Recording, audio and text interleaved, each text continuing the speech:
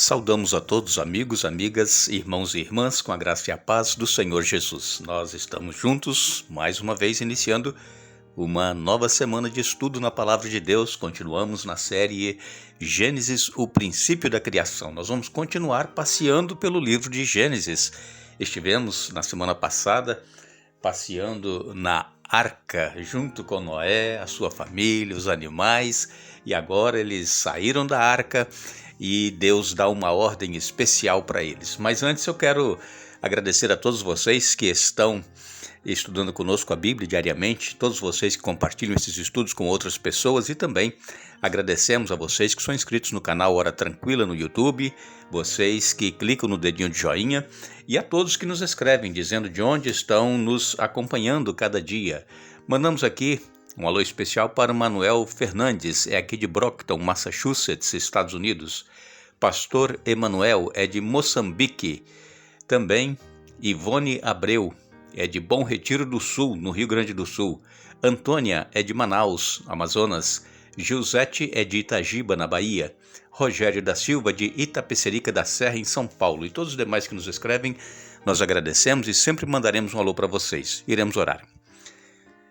Grandioso Deus e eterno Pai que estás nos céus, aqui estamos mais uma vez diante da Tua presença, agradecidos por todas as bênçãos que tens nos concedido, pela proteção, pelos livramentos. Te agradecemos por estes momentos que temos para estudar a Tua Palavra, que o Teu Espírito Santo esteja presente conosco, onde quer que estejam acompanhando os estudos, através do canal Hora Tranquila, que tenham a mente aberta para o entendimento, para que possam aceitá-la e colocá-la em prática em suas vidas. Abençoa todos aqueles que nos pedem orações, todos que passam por lutas e problemas, dê vitórias a cada um conforme a Tua vontade, em nome de Jesus. Amém.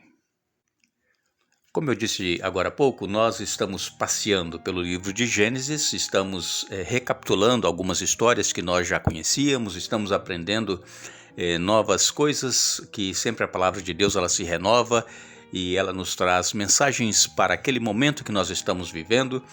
E vimos então a semana passada quando Noé e a sua família estavam na arca juntamente com os animais, e eles então, agora que as águas baixaram, eles saem da arca. Deus deu ordem para eles saírem. Vejam que Noé, ele não tomou a decisão antecipada de entrar na arca antes que Deus mandasse. Deus mandou quando ele deveria entrar e ele entrou com a sua família. E agora, quando as águas baixaram, Deus dá ordem para Noé que saia da arca juntamente com a família e todos os animais, aves, répteis que estavam na arca. E Noé obedeceu. É muito importante nós obedecermos à voz de Deus. É muito importante nós consultarmos a Deus sempre quando vamos fazer alguma coisa, esperar uma resposta. Porque normalmente quando nós tomamos uma decisão sem consultar a Deus, a buscar dele a orientação, saber qual é a vontade de Deus, normalmente nós cometemos erros. Então, se você tem alguma coisa para fazer, alguma decisão a tomar, consulte a Deus, fale com Deus, espere que Ele vai te dar a resposta e com certeza vai ser aquilo que realmente nós estávamos esperando e até melhor do que nós estávamos almejando. Nós, até esse estudo que fizemos do livro de Gênesis até o dilúvio, a Bíblia ela fala mais em pessoas individuais, como nós estudamos sobre Adão, sobre Eva, Caim, sobre Abel, sobre Sete, sobre Noé. E então nós vemos que até o dilúvio a Bíblia aqui tratou mais na questão de pessoas. Falamos de Enoque também, que andou com Deus e Deus o tomou para si. E agora, a partir deste estudo que vamos fazer, nós vamos ver que Deus ele começa não a tratar mais somente com pessoas, mas com grupos. Por quê? Porque agora vai ter um alcance universal. Lembrando que até a época do dilúvio, o mundo já tinha aproximadamente 2.000 anos de criado, de formado. E agora, após o dilúvio, nós vamos continuar e vamos ver como foi que o povo de Deus continuou buscando-o, ouvindo a sua voz, fazendo a sua vontade, e como também as pessoas se desviaram de Deus. Sempre houve aqueles que obedeceram e aqueles que desobedeceram, que se rebelaram contra Deus. Isso nós vamos ver claramente nesse estudo que vamos fazer esta semana, que nós vamos falar sobre a Torre de Babel. Quando Noé, ele então sai da arca, naquela ocasião após o dilúvio, diz-nos a palavra de Deus que Deus disse para que eles fossem fecundos, multiplicassem e enchessem a terra. A mesma ordem que Deus havia dado para Adão e Eva, agora é dado para Noé. Ele e a sua família, os seus filhos, suas noras, vão agora repovoar a terra. E sabemos que Noé, ele tinha 3 filhos, né? Sem, Cã e Jafé. Interessante que tem uma atenção aqui especial para o filho de Noé, chamado Cã. Por quê? Porque ele é pai de Canaã.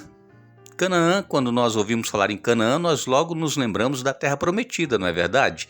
Nos lembramos da Jerusalém, e hoje, né, o povo de Israel vive ali. E então, essa palavra do filho de Noé, Cã, nos leva a ter uma antecipação de Abraão, cuja bênção se estenderia a todas as nações. Deus, depois, né, que veio então a Torre de Babel e o povo se espalhou, aí depois vem Abraão. Deus chama Abraão e promete a ele a terra de Canaã.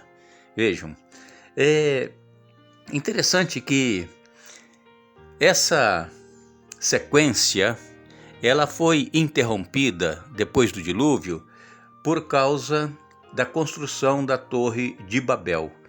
Deus, ele tinha um plano para com o seu povo. Deus sempre quis o melhor para os seus filhos.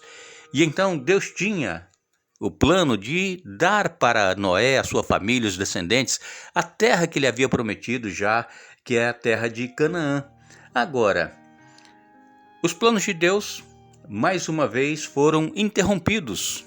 Por quê? Porque surgiu a maldade novamente no coração do homem e as pessoas se corromperam e as pessoas se rebelaram contra Deus e então tomaram uma decisão de construir uma torre. E essa torre, segundo o pensamento deles, iria atingir os céus, porque se houvesse outro dilúvio, eles não seriam atingidos, eles estariam lá no topo da torre. Mas o que foi que Deus disse na promessa dele a Noé quando saiu da arca? Que toda vez que visse o arco-íris no céu, lembrariam de que o mundo não mais seria destruído com água. Vejam como que as pessoas se esquecem das promessas de Deus. O povo se esqueceu, o povo se corrompeu, o povo procurou viver sua própria vida, assim como Caim, quando decidiu, viver a sua vida, não aceitar a vontade de Deus. E agora nós encontramos também este problema na descendência de Noé. Eu quero ler com vocês, antes de nós falarmos na Torre de Babel, nós vamos falar do filho de Cã, do filho de Noé chamado Cã. Está em Gênesis capítulo 9, a partir do verso 18, nos diz assim: os filhos de Noé que saíram da arca com o pai foram Sem, Cã e Jafé. Cã é o pai de Canaã. Desses 3 filhos de Noé, vêm todas as pessoas que agora povoam a terra. Depois do dilúvio, Noé começou a cultivar o solo e plantou uma videira. Certo dia, bebeu do vinho que ele próprio havia produzido, ficou embriagado e foi deitar-se nu em sua tenda. Cã, pai de Canaã, viu que seu pai estava nu e saiu para contar aos irmãos. Então Sem e Jafé pegaram um manto e o colocaram sobre os ombros. Em seguida, entraram na tenda de costas e, olhando para o outro lado, a fim de não ver a nudez do pai, cobriram-no com o manto. Quando Noé se recuperou da bebedeira e descobriu o que Cã, seu filho mais novo, havia feito, exclamou: maldito seja Canaã, que ele seja o servo mais insignificante de seus parentes. E disse ainda: bendito seja o Senhor, o Deus de Sem, e que Canaã seja servo de seu irmão. Que Deus amplie o território de Jafé, que Jafé compartilhe da prosperidade de Sem e Canaã seja seu servo. Então aqui nós vemos que Noé amaldiçoa o seu filho Cã. Essa história talvez muitos não conheciam e talvez se leram a Bíblia, leram assim de uma forma mais rápida, mas Noé, ele plantou uma vinha depois que ele saiu da arca. Ele se tornou, né, agricultor, lavrador da terra, e ele produziu o suco de uva, só que deixou esse suco de uva fermentar, se tornou um vinho alcoólico. E Noé encheu a cara, ele se embriagou, bebeu, e ele foi deitar nu, sem roupa. E Cã chega na tenda do seu pai e o vê lá deitado, nu, e ao invés de Cã cobrir a nudez de seu pai, ele sai para contar para os seus irmãos, tipo assim, né, achando aquilo engraçado e como se fosse uma coisa assim que levasse as pessoas a rir, né, debochar do pai. Cã fez isso. E então, quando Jafé e também o seu irmão Sem viram o que Cã havia feito, eles tomaram um manto, né, pegaram um manto e foram de costas e cobriram o seu pai para que eles não vissem a nudez do seu pai. Hoje em dia nós sabemos que o relacionamento entre pais e filhos está uma coisa assim muito liberal, né? Os pais não se importam em às vezes estar nus dentro de casa na presença de filhos, e isso não é aconselhável. Isso não é aconselhável. É claro que nós estamos vivendo num mundo pós-moderno, mas nós deveremos seguir os princípios da palavra de Deus. Nós temos que cuidar e não deixar que os filhos vejam, né, a nudez do pai e da mãe, e temos que ter cuidado com isso. E então, quando Noé despertou da sua embriaguez, da bebedeira, como diz aqui a Bíblia na Nova Versão Transformadora, ele soube o que Cã havia feito e ele então amaldiçoa Cã. E muitas pessoas pensam que essa maldição de Noé para com seu filho Cã resultou nos descendentes que vivem na África. Não tem nada a ver uma coisa com a outra, mas muitas pessoas fazem essa ligação, né? Sabemos que os africanos, a maioria, né, dos países de cor branca, usaram muitos escravos africanos, negros trazidos, né? Aqueles navios negreiros que vinham cheios de escravos para serem vendidos. E então muitas pessoas pensam que os africanos, por causa disso, eles são descendentes de Cã e eles sofreram a maldição de Noé sobre eles, mas essa não é a realidade. E a maldição que Noé proferiu ali acerca de Cã, ela também contém uma promessa de bênção, e jogando com o nome Canaã, que deriva do verbo cana, que significa subjugar. Então, subjugando Canaã, o povo de Deus, descendentes de Sem, entraria mais tarde na terra prometida e prepararia o caminho para a vinda do Messias, que engrandeceria Jafé nas tendas de Sem. O filho de Noé, Sem, ele também entrou mais tarde na terra prometida, em Canaã, e essa descendência de Sem foi que preparou o caminho para a vinda do Messias, para a vinda de Jesus. Por isso que essa maldição de Noé contra o seu filho Cã também traz uma bênção, porque Noé falou aqui na maldição que ele disse para Canaã, ele disse no verso 25: maldito seja Canaã, que ele seja o servo mais insignificante de seus parentes. E disse ainda: bendito seja o Senhor, o Deus de Sem, e que Canaã seja servo de seu irmão. Então aqui nós vemos que a bênção, ela estava incluída na maldição que Noé proferiu para com o seu filho Cã. E Jafé também recebeu uma bênção, e Noé disse que Jafé compartilhe da prosperidade de Sem e Canaã seja seu servo.